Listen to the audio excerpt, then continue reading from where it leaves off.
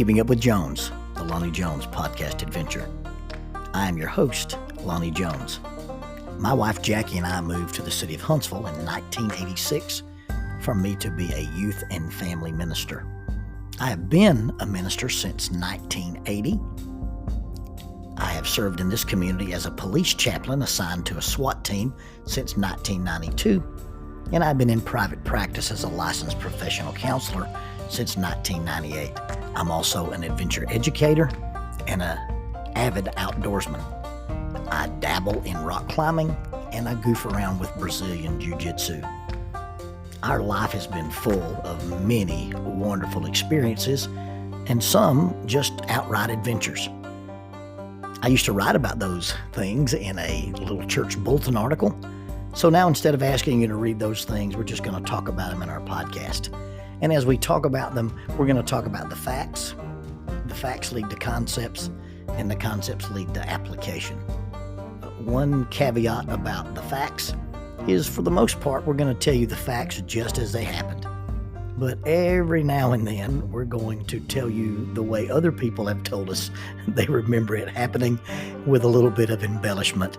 It's all good, clean fun and for educational purposes. Thank you for listening, and we hope you enjoy Keeping Up with Jones.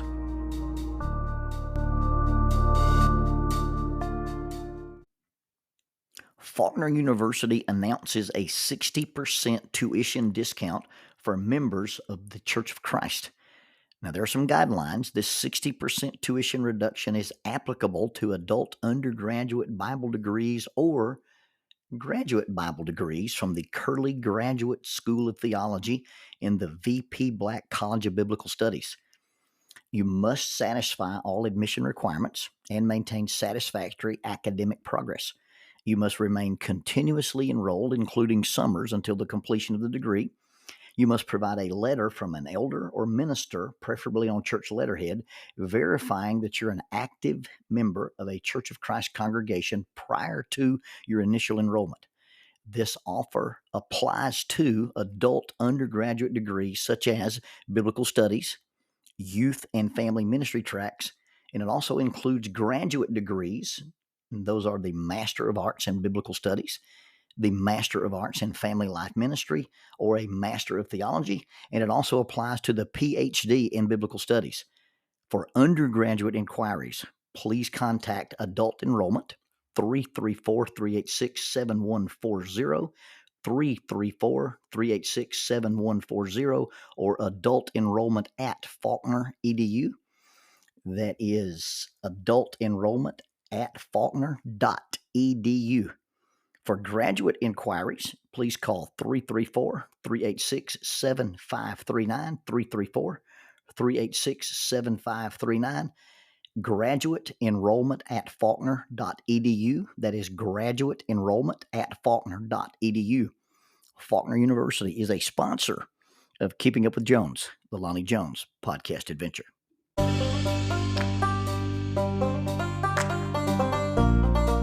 TKM Incorporated in Moss, Tennessee is a construction company that specializes in erosion control, seeding, and soil, hydroseeding, hydromulch, minor excavation, and silt fence. They also provide traffic control and construction signs. Their business is keeping people safe, but their passion, their mission, is they wish that all men could be saved. TKM has adopted the nickname the King's Men because as they serve you, they also serve the King. If they could provide any of their services for you, please contact them at 931-243-3958. That is 931-243-3958. Or you can contact them on the net at tkminc2001 at twlakes.net. That is tkminc2001 at twlakes.net. TKM Incorporated is a sponsor of Keeping Up with Jones, the Lonnie Jones podcast adventure.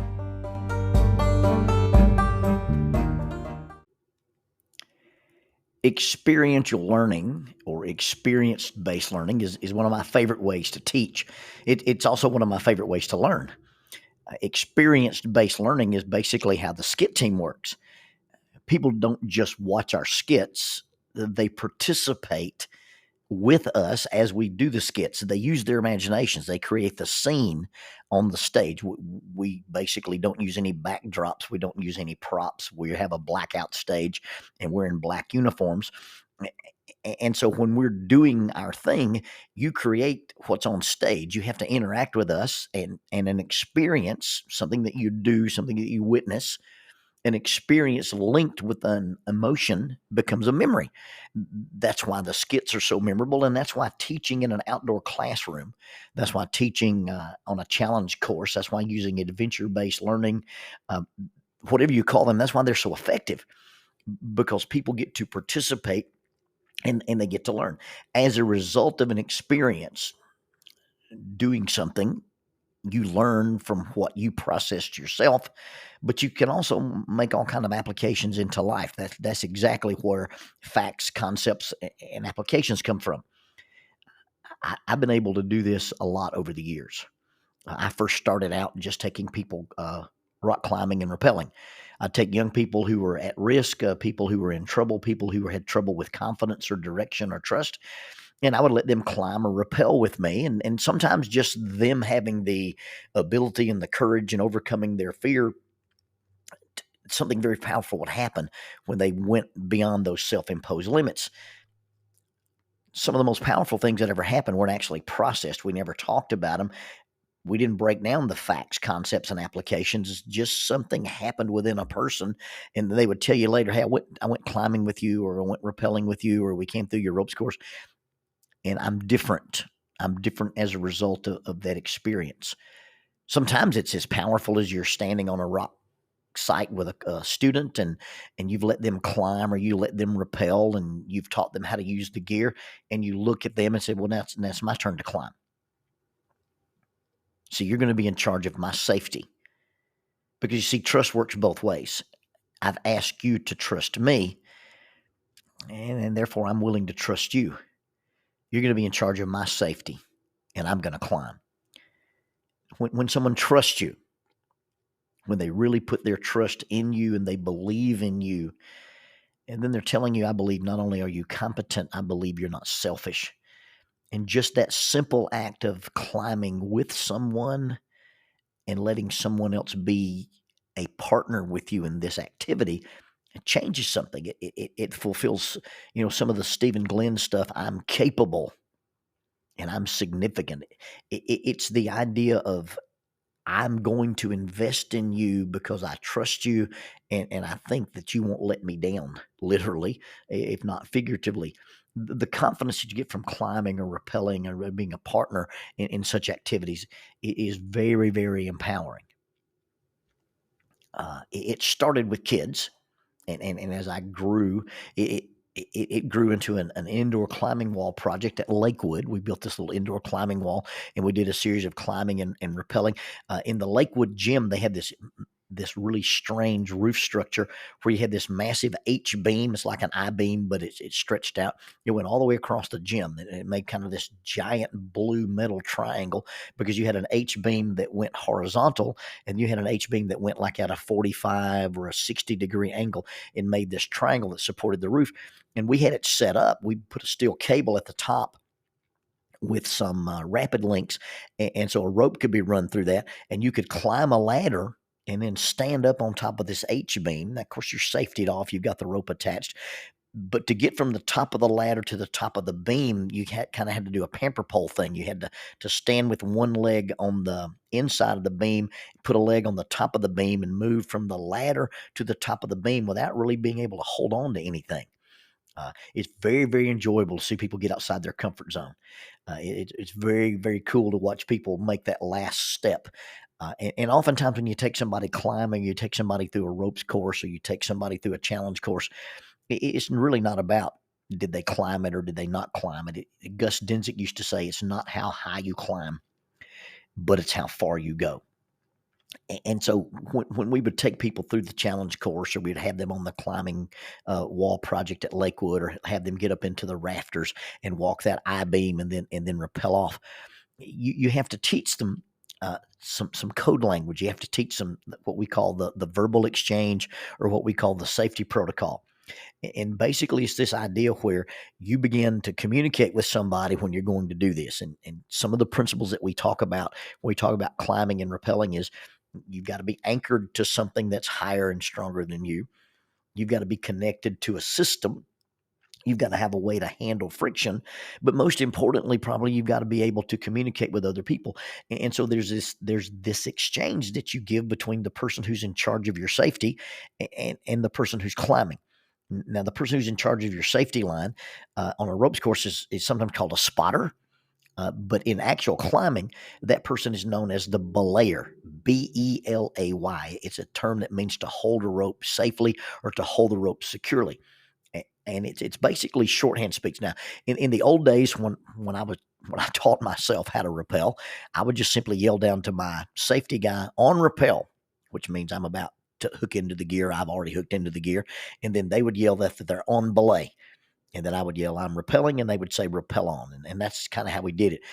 What I learned as I became a facilitator and certified in some things that you ask the question on belay, and the person responds belay on, and then you say I'm climbing or I'm rappelling, and then they say climb on or rappel on. It's basically just shorthand speech. It's shorthand for are you on belay, and then the person responds yes, I'm on belay. But it's shortened because you're in the outdoor environment, and sometimes you're separated by quite a bit of distance vertically, and so you simply yell on belay, and then they respond belay is on. I'm climbing or I'm rappelling or whatever, and then you do that. Now we were teaching at the Lakewood gym, at the Lakewood project, and we had this big extension ladder propped up against one of these I-beams, and the students were supposed to climb this ladder and step up onto the I-beam. And so we had some kids in the gym, and by we, I mean myself and a psychologist named Dr. Mac Petty. Mac was one of our partners in the Keel Mountain Project when we had the company called Inner Quest. And Mac's a psychologist, and he's your typical psychologist. Mac's a cool dude. He's a neat guy. He's a very committed person to his faith. He's got strong family values, but he is what you expect. He's a middle-aged white dude with a PhD in psychology, and here we are in this gym with the young men and young ladies, and the cultural difference, shall we say, was quite a bit. And so we're standing here, and Mac is running this element. He's doing this thing where they're climbing the rope, the ladder, and then they're going to step onto this beam. And so we were standing there, and Mac has got this kid hooked in, and he's getting ready to go up this ladder. And a lot of times, regardless of what you teach somebody, regardless of what you tell somebody, and they agree, hey, I know the rules. When your heart rate elevates and you get into that fight or flight mode, and you get flooded with emotion, and you've got adrenaline pumping, sometimes you default. And so instead of looking at Mac and saying belay on, and have this psychologist with a PhD go, I am on belay, the young man looked at Mac and said, finna climb. And Mac said, I beg your pardon. And the young man said, I'm finna climb. And Mac said, I'm not sure I know what's going on. I said, Mac, are you on belay? He goes, yes, I'm on belay. I said, tell the young man he can climb.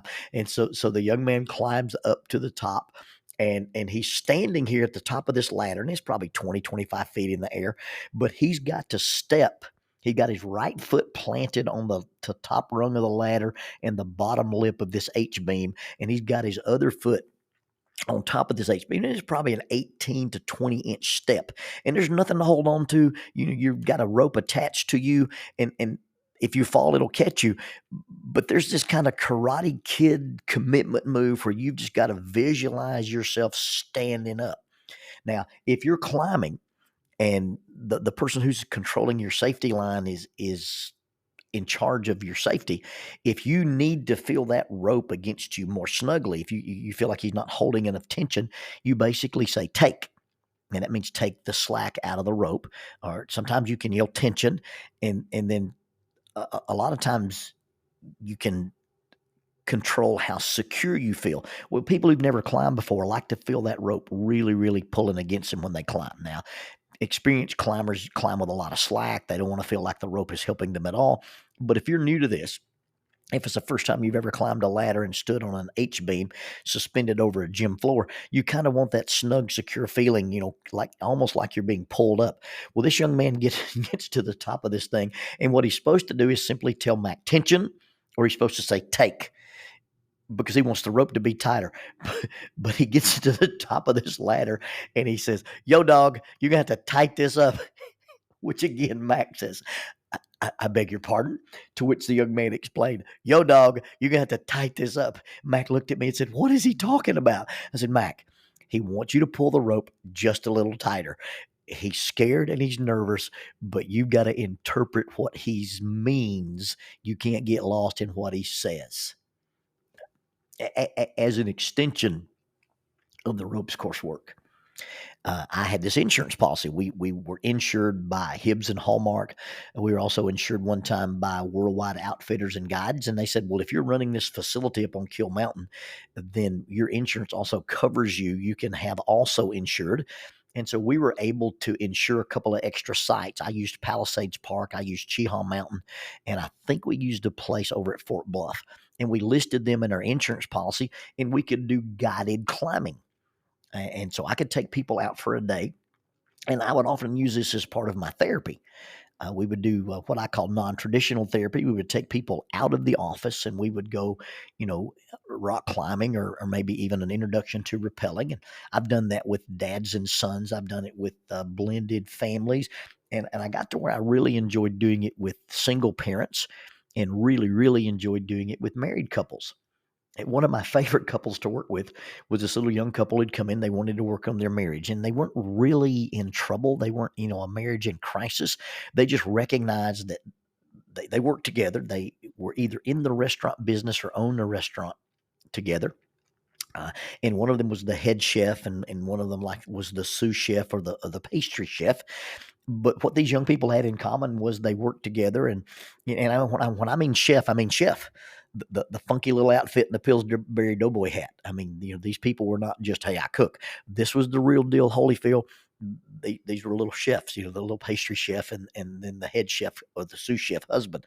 And so I decided it would be very, very good to take them out for a day of rappelling and let them learn to work together and overcome fears and talk to each other and do the communication. And we would do, some processing while we were out on the cliffside. And so we went out rappelling, and we'd gone through the orientation. I'd attached a rope to a tree, and we'd done some horizontal practice of how to use your gear and how you can close your hand and stop when you're rappelling. And so what I wanted to happen was that the wife trust the husband, the husband become the belayer. And so we stationed him at the bottom of the cliff. And his job was, while she was online, if she got out of control, for him to stop her. Now, I always use a secondary rope as a lowering rope, so if there's an entanglement or there's a problem, then I can take over the system. But they don't really know the technical parts of this. And so it's the husband and the wife, and the wife is going to rappel off this bluff, maybe 50, 55 feet. And the husband is going to be in charge of her safety, and they're going to have to develop this communication. Now, the problem with this is you're going to have to remember all these things while you're in a new environment and while you're a little bit scared. And so we'd gone through all our orientation, and I'd stationed her husband at the bottom, and he got down and was ready to go. And she's attached to the gear, and she's backing up. Now, you're only born with two natural fears. One is the fear of falling backwards, and one of loud noises.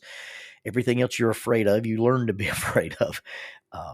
And so she's backing up toward this cliff, which is unnatural, and you're attached to like an 11 millimeter rope, and she's backing up, and I double check with her gear, and I double check with her husband that she's ready for her to rappel. And you can tell by her eyes that she's afraid. Those little bright eyes are wide. You can see the look on her face, and there's a little tremble in her legs. And as she backed up toward the cliff, she checked with me. I said, I'm not the guy you're supposed to check with. Your husband's in charge of this, so you need to go through your communications. She looked over the edge, and as her legs were shaking and her eyes were wide, she yelled, "Creme brulee," instead of on belay.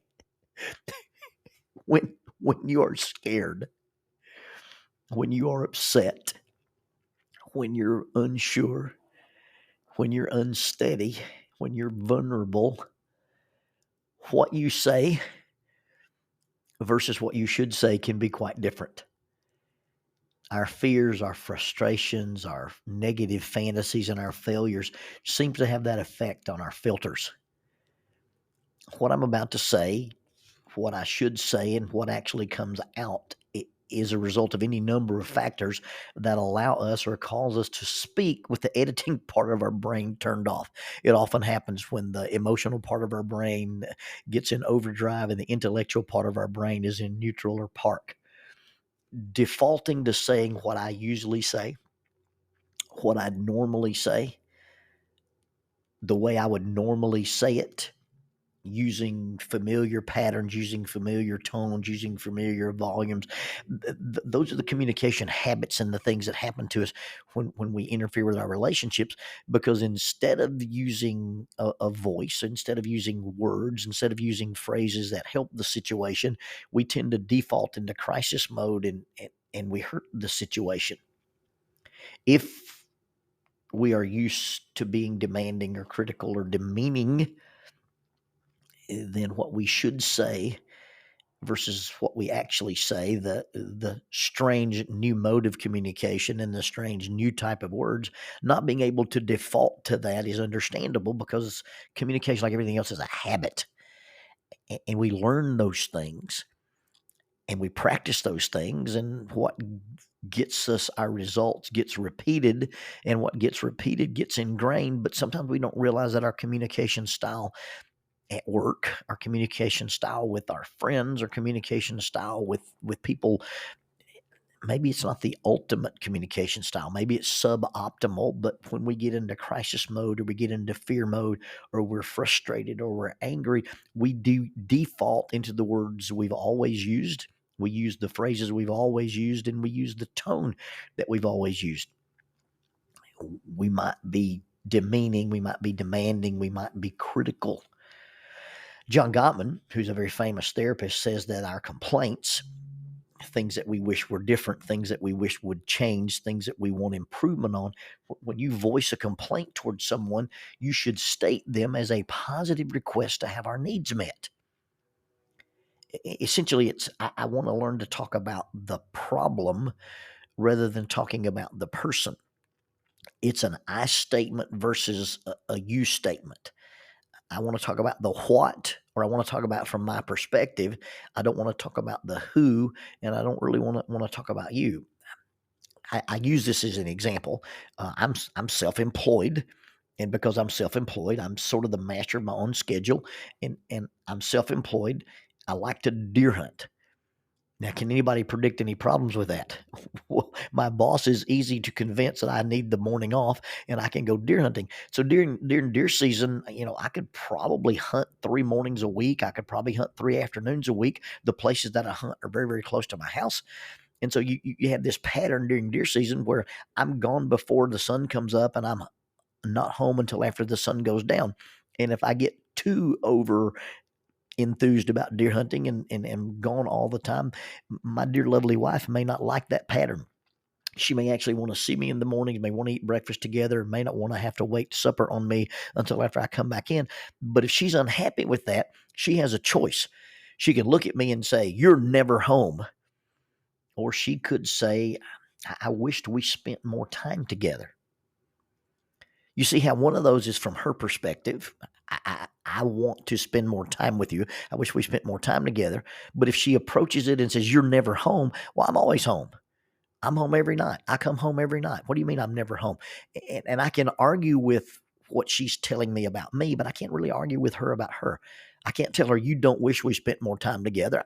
I kind of have to concede that point, whether I agree with it or not, whether I think we should spend more time together or not. She has told me I want to spend more time with you.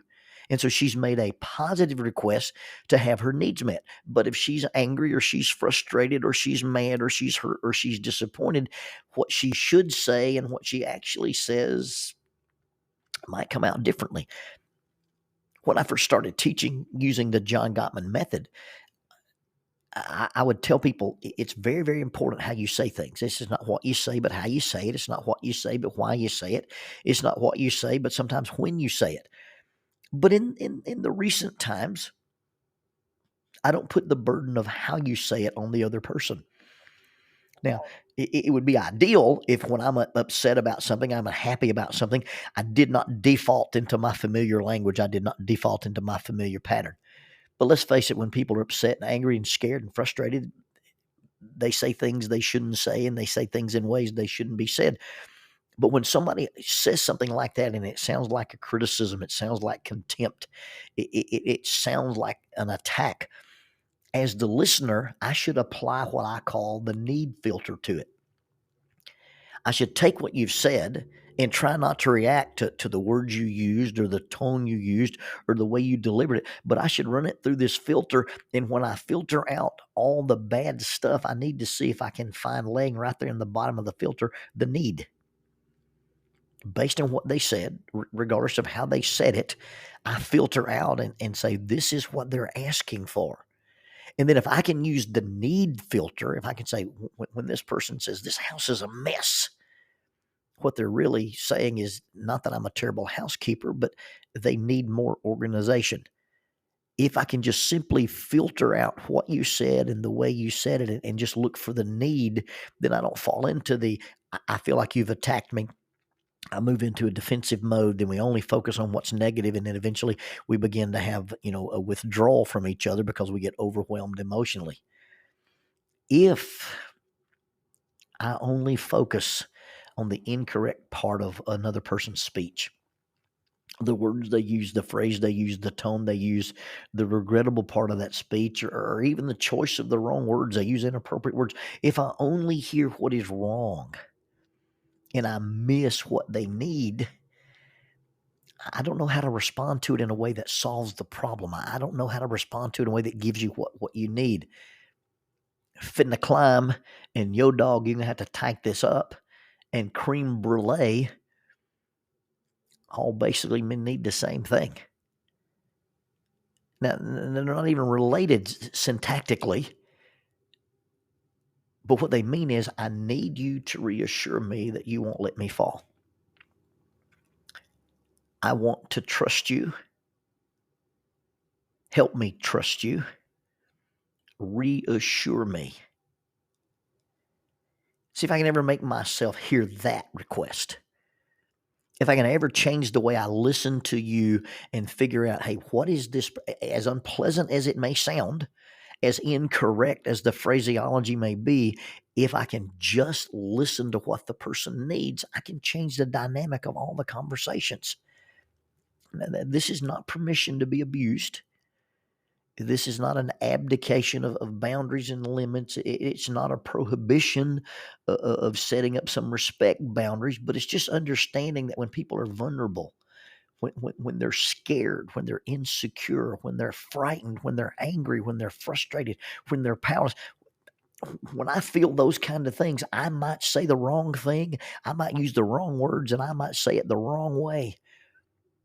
The point of this is if I can listen for your needs, or if you can listen to my needs, give me the grace to hear what I'm asking for rather than focusing on what I said or how I said it when I was scared, uncomfortable, insecure, or as it were, hanging by a thread. I may be scared. I may be in a spot where I'm unstable. I may be insecure, and I may just be in a deep, deep crisis.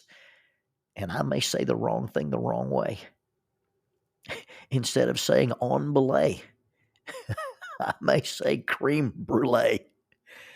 But just because I'm upset, please don't let your common sense or your sense of compassion desert you.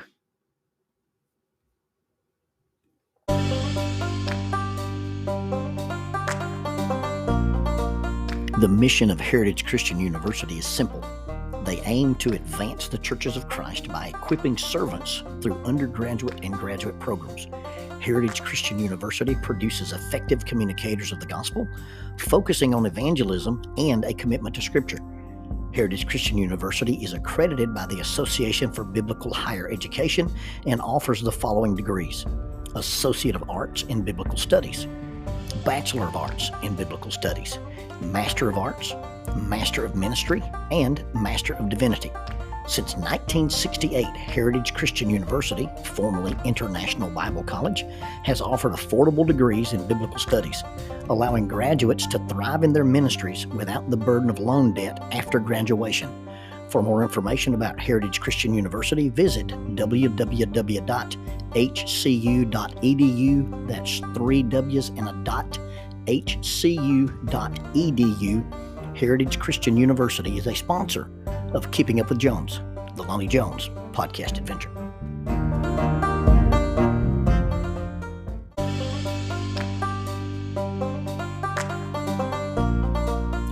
Using the tool of shortwave radio, World Christian Broadcasting literally covers the world every day with the gospel.